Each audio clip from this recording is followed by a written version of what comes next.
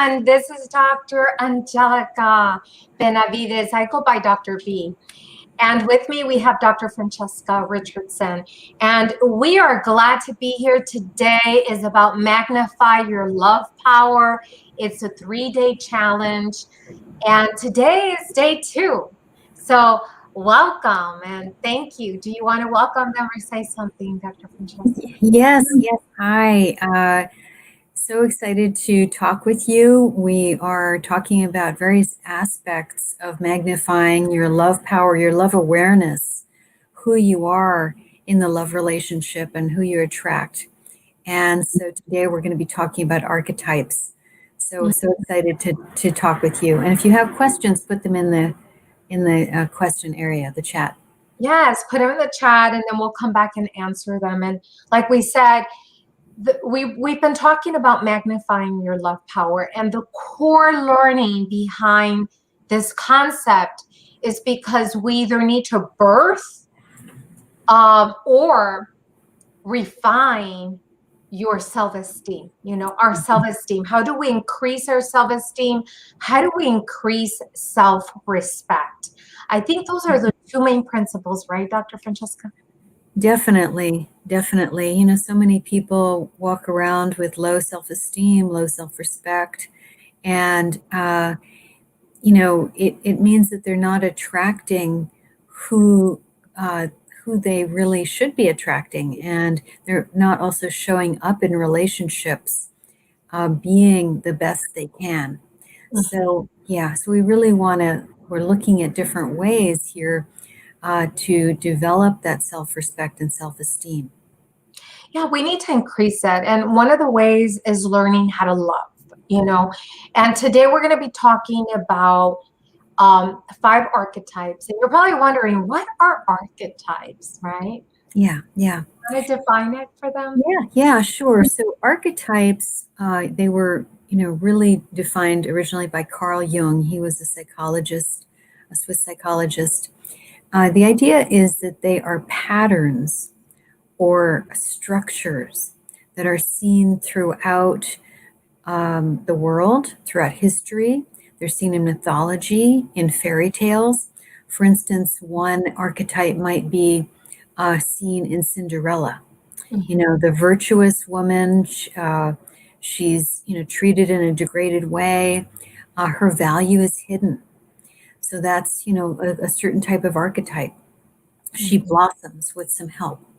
Another archetype might be Red Riding Hood, the innocent woman who barely outsmarts her predator. So these are ways archetypes have kind of shown up in our consciousness over, thousands of years throughout in mythology as well.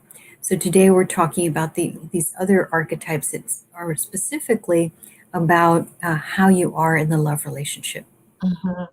And there's one that I know you probably saw an image out there that we put out, like 4. We questioned about the 4 positive ones, but there's a shadow side of our love power, right? We are like, let's say, on that other side, the negative side of our behavior, because the archetypes are behavior or patterns that we kind of take on in life. And sometimes we identify with that archetype and we believe we are this behavior because it's empowering us, and it's really dictating our decision making, right? Right. Yeah. So it's sort of a structure that we adopt, we don't realize we're living in it, but it can be limiting. And so part of what we're talking about today is the positive side of them, or one side of those, and then the shadow side. And but each one has its limitations. So we really want to be thinking about that. Perhaps what if we live the whole thing, or what if we understand the whole rather than just living one side? Yeah, and there's one that I'm going to talk about, and I hope I don't shake people up. And if I do, that's okay, because we do want to shake you up. We want you to realize, I have some of that behavior. And I don't want to insult anyone, but there's the prostitute archetype. And basically the prostitute archetype is the one that we sell ourselves, short. We play small. Right. And we do that because our self-esteem is low, and that's what we've been talking about. Self-respect is low. And what happens is that we're selling or negotiating in order to get something that we want. We don't know how to ask for it. We don't know how to get it. So then we begin to say, well, I'll do this. If you give me this, then I'll do that. It's that exchange of energy, but you feel low. Your self-esteem is low and your energy seems to be low because there's shame and guilt behind that behavior of negotiation and exchange for something you don't really want to do, but you still do it. Right. It's giving away a part of the self, and it can feel bad, in the end. And that's, I really see that's really, in a sense, a shadow side of the Madonna archetype, that the Madonna and the prostitute are often seen together. And both of them are limiting. The Madonna is the self-sacrificing woman, the woman who gives all with wanting nothing in return, the all-nurturing mother. But the shadow side of that is the prostitute. She's often seen as degraded. She's she's not valued for what she gives. And so it's women are kind of, unfortunately, often shown these two archetypes as the possible path for them. They don't, and it's, I'm either the Madonna or the prostitute. Well, that doesn't give you many options, because in both cases, you're giving away a lot. And what are you getting? And are you getting what you really want? And are you giving away too much? So, this is showing you the edges or the limitations of the archetype. And so thinking about, do you really have to stay within that archetype? And is there another way to see yourself? Right. So what we want to do with these conversations that we're having with you is having an awareness, and every day for 3 days. And of course, we want you to do it every day of your life. But while you're with us for these 3 days, to take note of what really calls your attention and say, am I doing that? And how can I expand that love for yourself?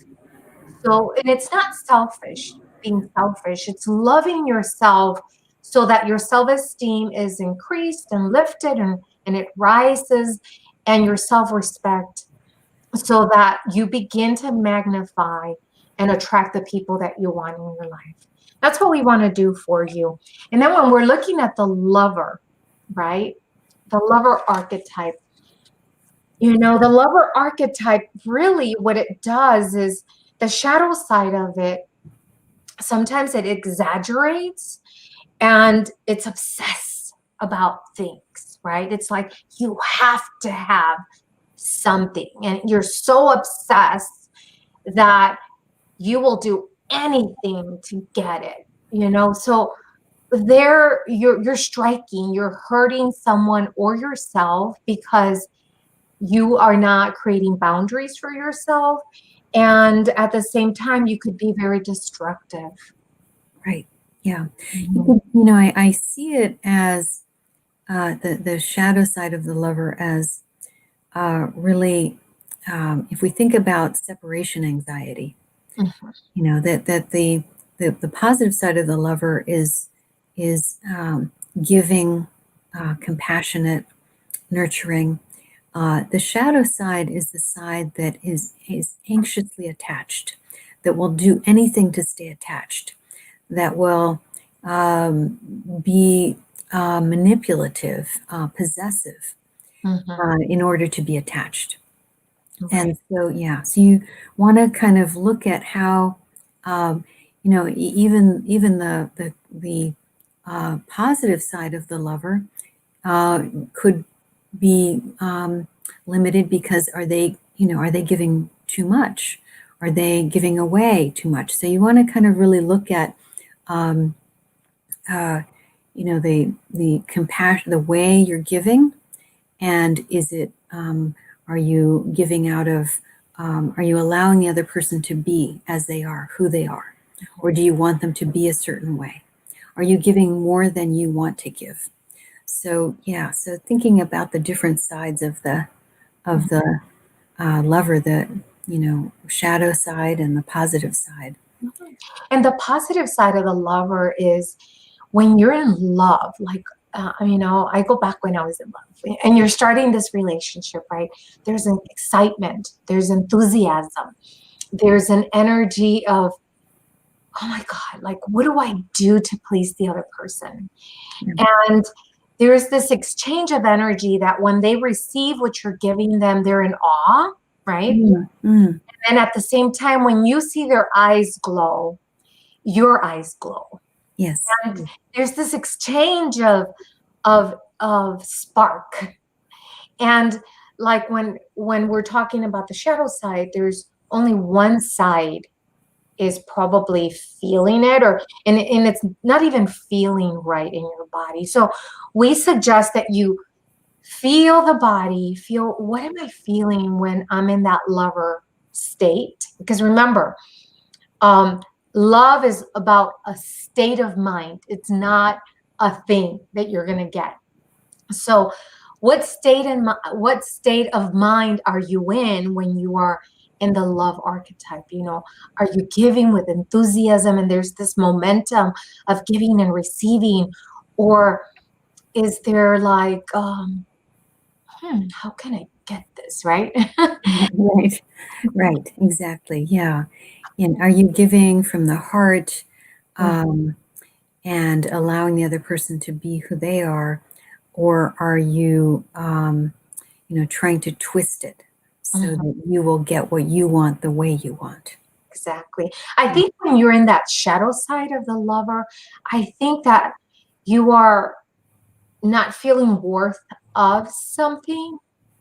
Yeah. You don't feel worthy of that other person, then you're trying to dominate the situation. Don't you think? Yes. Yeah. Yeah. Yeah. I think definitely the self-esteem plays a part.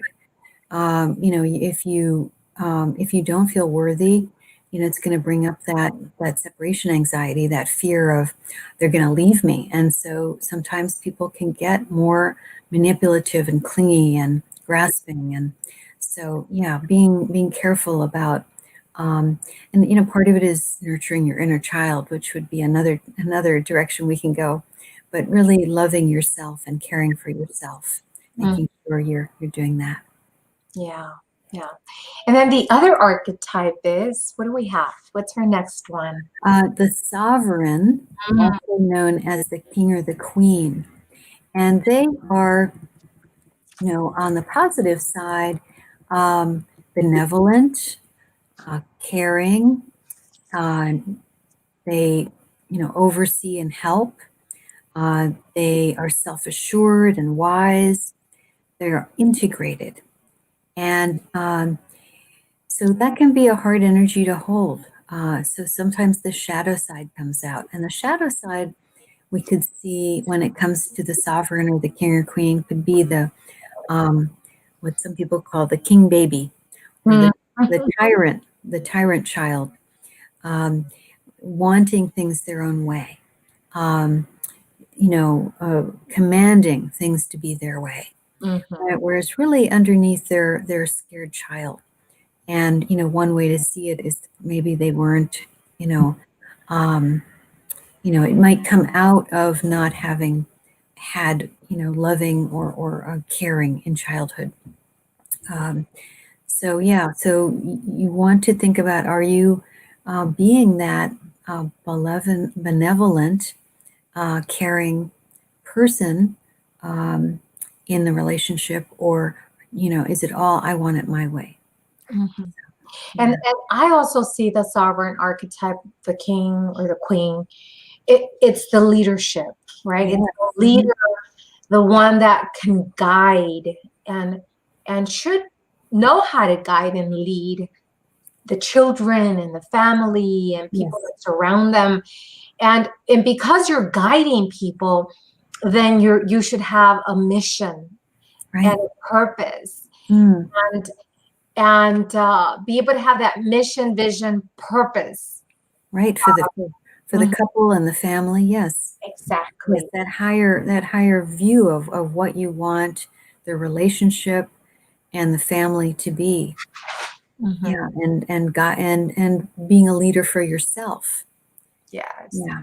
So I think that you should have more clarity. So if you are in that sovereign archetype, I think you should have more clarity as to this is the marriage, or this is the partnership, or this is the job where I should be. So you have so much clarity. I'm in alignment with their goals, their vision, their purpose, and there's flow Yes. because you're leading and you have a direction and you know where you're headed. So if you are in that archetype, yay, you, right? And if not, Yes. begin to create a mission and a vision for yourself, because sometimes we tend to forget we're just living the day and we have no purpose. We have no direction. We have no idea where we're going, and we're living by default. You Right. know, whatever Right. the world, or it's not that I don't believe in God, but people will say, well, God has me and he knows what's going to happen to me. Yes, he does, but how about you, right? The Right. universe knows what's going to happen to you, but do you know what's going to happen to you? Yeah. That's the question. Right. And do you have a vision for that and a mission? And what are you doing to get yourself there? Yeah. Yeah. So I love that one. So the next one is the warrior.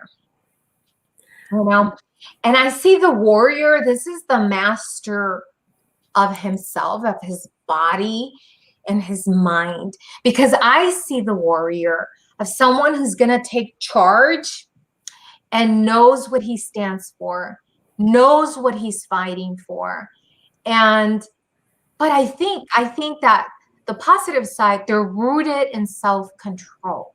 Mm. Like they know when to go in and battle and fight, and then they know when to retrieve and Yes. say, I'm not going to die at this hill, right? That's what my Right. mom used to say. It's like, know when it's time to walk away. And I think Right. that the warrior that's really in their power, they know exactly when to be aggressive, when to use their energy, and when to pull back. Right. And they, in a sense, pick their battles. Mm-hmm. Yes, exactly. Um, and gets off the couch and goes and takes care of things. Jumps in, when someone in the family is, or when your partner is uh, in a battle of some kind, in a difficult situation, jumps in and wants to help, gets in there, um, doesn't sit back and, just let things happen. Um, but, if your partner or your family member wants your help, gets in there Mm-hmm. and uses their heart and their energy to help. Yeah. Yeah. That one, it's like you get your hands dirty, like you go in there and you do what it takes to win the battle, right? Or Yes. yeah, Yeah. whatever it takes, you'll do it. But I think that with that self-control. Right. Yes. That's the positive side. Yes. Mhm. Yes. And then there's the shadow side, um, which is that where the force, the power is not in control.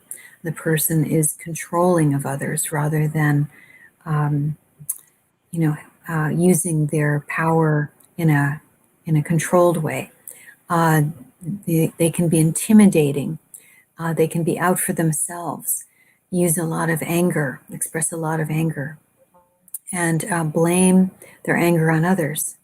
So, the warrior ideally is the one who owns their anger, who owns their moods, and uh, owns whatever comes up and says, "Yes, this is my mind to deal with. I take ownership of this, and I will fight this battle. Mhm. And knows how to manage when there's conflict. The positive side handles conflict well and doesn't have to win, doesn't have to be right, but is willing to listen to the other side. Mhm. Yes. And I think that the warrior has loyalty, it's loyal to the king or Yes, the queen. They have a lot of loyalty and they stand by you no matter what. right. Yeah, Mhm. they'll there's that, they're going to take the bullet for you. Um, they really want to, they're protective. They really want to protect. And so that's part of being in a loving relationship is uh, protecting, wanting to take the side of the, and being there for your partner. And that's who you want there for you as well. So these are all aspects that the positive sides that we can want in our partners and that we can also be for partners. Mhm. Yes. And then the one that I really like, and I think I have a lot of the magician archetype. Yes, I think you do. And I think that the magician is the intuitive, like you're really connected to your higher self. If Mhm. it's spiritual, then it's the universe or God. You have this higher connection, right? Yes, And that connection helps you uh, gain wisdom. yes, It allows you to be more thoughtful. It allows you to be able to reflect and say, wait a minute, when you are not in agreement with something, then you can stop and reflect and ask for guidance rather than um, be that warrior that you come in and you charge, right? Or yes, you're ruling and telling people what to do and how to do things. And the magician would be more thoughtful with yes, the word. yes. Right, But they could manipulate when they're in the shadow side, right? right, Because they right, know it all. They, right. they know everything. Right, they can play mind games when they're in the shadow side. Um, Mhm. and there can be spiritual bypass with that as well, with the shadow side. Um, and, smoke and mirrors, misdirecting, um, and, maybe some of that gaslighting even, Mhm. because, that's sort of that area. But on the positive side, the magician is spiritually connected, a visionary, has a higher vision for the world, for Mhm. themselves, and in partnership, and wants to guide people, but on a spiritual level. So yeah, Yes. So what we want you to do is kind of reflect on the different points that given you. We gave you some shadow sides of the magician, of the warrior. We gave you some shadow sides of the lover. And we want you to reflect on those shadow sides and then the positive side. And the reason we want you to do that is because those are behaviors and patterns that you might be kind of performing, or you have to be aware, have an awareness of like, I think I'm doing that. And what happens is that when you have this deep awareness and you begin to consciously begin to say, oops, I did it again. And then you begin to shift attitude, behavior, um, mindset, beliefs, and decision making, then your world begins to turn and begin to connect with yourself. And that is self love. You are practicing self love when you are going through the journey of self discovery. You're trying to figure out, who am I? What am I doing? What do I believe in? And what's my attitude of life? And when you capture those nuggets of your behavior and your patterns, then you're able to create a shift, and you're able to create a transformation, and the magic will happen, right? yes, Where you become and you start falling in love with you because you become more satisfied. Your self-esteem increases. You become more courageous. You become brave and take actions that you've never taken before. And then now you begin to take these different actions and your attitude is different. Your belief, even if you have fear or doubt, you still take action. You still take a chance for yourself. You're like, I want to do this and I'm going to try it. Mm-hmm. I'm going to see how it feels and see what I experience. And if it doesn't work out, what's the easiest thing you can do is make a different decision, right? Do something different so that you can begin to shift your love life for yourself. And I feel the magic happens. Yes, yes. I think the more that you reflect on yourself and understand how you are coming into a relationship and how you are treating yourself, the more you will be able to, attract what you want and also be in a relationship the way you want. So yeah, as Angelica said, you can always make a new decision. You don't have to be stuck. Each day you can decide, today I'm going to act differently. I'm going to talk differently. I'm going to listen this time instead of talk. So yeah, it's there's so many options as we go over these archetypes. And in this month, it's we're going into February, right? Tomorrow. So what you need to do, because February is about love, that's why we were in this conversation. We were like, it's going to be the love season, right? But it's not really about finding someone else.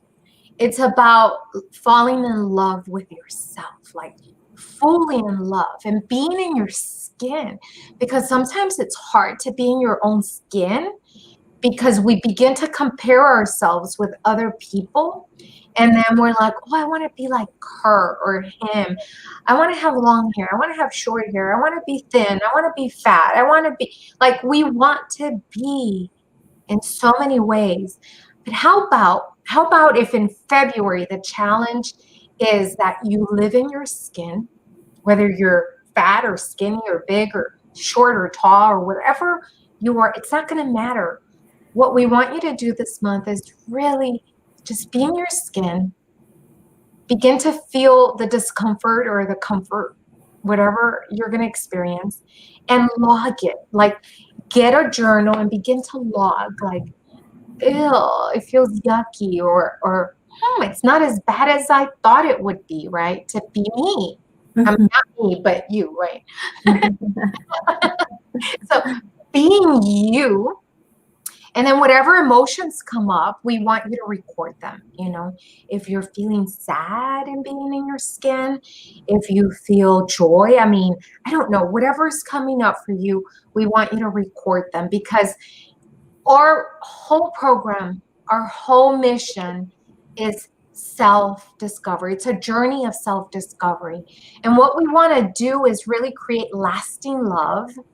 We want you to live with purpose. We want you to become more abundant. We want you to be healthy and attain a spiritual wisdom and a true spiritual connection and begin to feel fulfillment. Because I think that when we're looking for love out of our body in the world and we don't find it, then we're disappointed. We're upset, we're irritated, right? Yeah. We, I think, when you do record, sometimes you can even just, if you have a calendar, just write a few words about how you're feeling. You can begin to notice a pattern, and that pattern can reveal something. Gee, every time I come up to something that's, this situation, I start to feel this way. A lot of people feel that, say, on Sunday nights when and that is a signal that maybe they're not fulfilled with their jobs. because they're not looking forward to the work week for whatever reason. So you can really find out a lot by recording how you're feeling over time, and just noticing also how you behave. Boy, I really didn't feel well, and then I ate all that stuff, and so you can also see how you behave.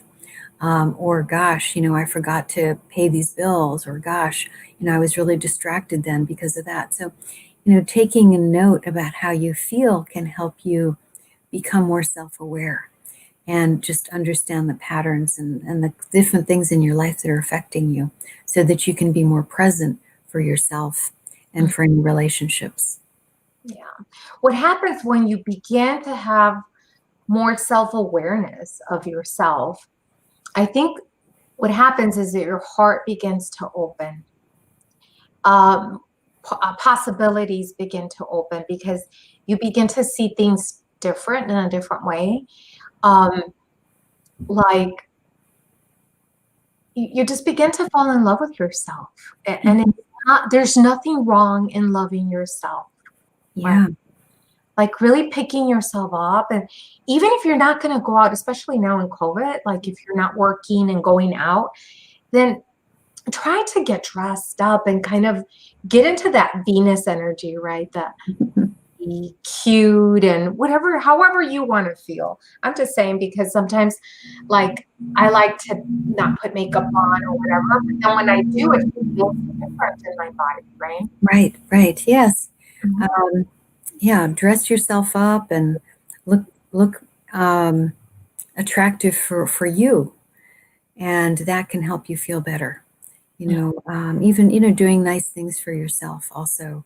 Um, Sensual things, taking a bath, and scented creams or cologne or whatever, doing things for you. We're not going out, but we don't want to lose touch with um, enjoying being our best, Mm. and looking our best, and um, for ourselves, really. Become the best version of you. Like if you want it to be you, who would you want to be? Then become you. Don't become Angelica. Don't become Francesca. Don't become that other person or that movie star. Become you and begin to make the changes within you so that you could really begin to wake up the power within yourself, which is what we call magnify your love power. Yeah. Begin to magnify it because you're like, oops, there's something here I don't like. Okay, let's go ahead and just polish that little diamond, because you are a diamond. So we Yeah. have to polish it so that you could be bright and you can really see yourself shine. It's not about making somebody else shine, but making you shine. And what we're going to be talking about tomorrow we're going to review what we talked a little bit about Saturday. We'll review a little bit about today and what we have. And the way that we work with people is that we help them do a deep dive into finding those patterns, which we consider archetypes. We look at the beliefs you might have, and are they supporting you? And we will look at, what do you want? Like, what do you really want to achieve? And then we'll look at the behaviors and the patterns and the beliefs and the attitude that you might have about what you want. And we help you align it, and we do it in a very special way. I mean, we have a special technique that we use. We use breath work and we use Jungian, right? Theory. And we combine it and we help you and we guide you really go deep and achieve what you desire. But we do it in such a way that many times you don't even know it's happening. It's just like you begin to say, how did this happen? Right? Like magic begins to happen. That magician begins to connect with your higher self, right? Right. Yeah. Yeah. Breath work is a really powerful process that we use. it's somatic. It affects your body deeply and allows your body to release energies, sort of negative stuff that's there that you didn't realize was there, and helps you to bring in your higher purpose, your higher energies, and it allows you to really move into what you want to do and be. So that's our goal. Our goal is that your 2021 happens. Whatever your goal is, we want to support you. Yesterday, we talked about that giant, the mentor. A mentor is a giant, and then you climb on their shoulder and they cross you over that, water or that river, that difficult moment that you're having in being stuck. We take you from being stuck to flow in order to create that momentum. I'm not saying that you're always going to be moving. No, we want you to create momentum, and we want to move you towards your goal so that you can feel more success. Whatever that means for you, then we want you to define it. We want you to clarify it, and we want you to really connect with it at an energy level that it's going to happen. Okay, because you can make things happen, but you have to believe it. You have to take the right action, and the attitude has to change, right? And the archetype, like tapping into that archetype that will support you to get to who you want to become or be. But anything else, Dr. No, I think we have some exciting options for you. And we look forward to talking with you again tomorrow. We're excited. So tomorrow you're going to be here at 6 p.m. Central, 7 p.m. Eastern, and be here. We will have something amazing to offer. And I'm telling you, if you want your 2021 to look magical, then you have to connect with us. You have to connect with us tomorrow. We'll tell you how. And if this is a replay, then we want you to look below and look for a link and find out how you can connect with us for the next event that we're going to have. So again, thank you. And we send you hugs and we send you lots of love, and go pamper yourself, especially this whole February. Like, go pamper yourself, love yourself, do something amazing for yourself, because you deserve it. Okay. Thank you. Bye. Bye.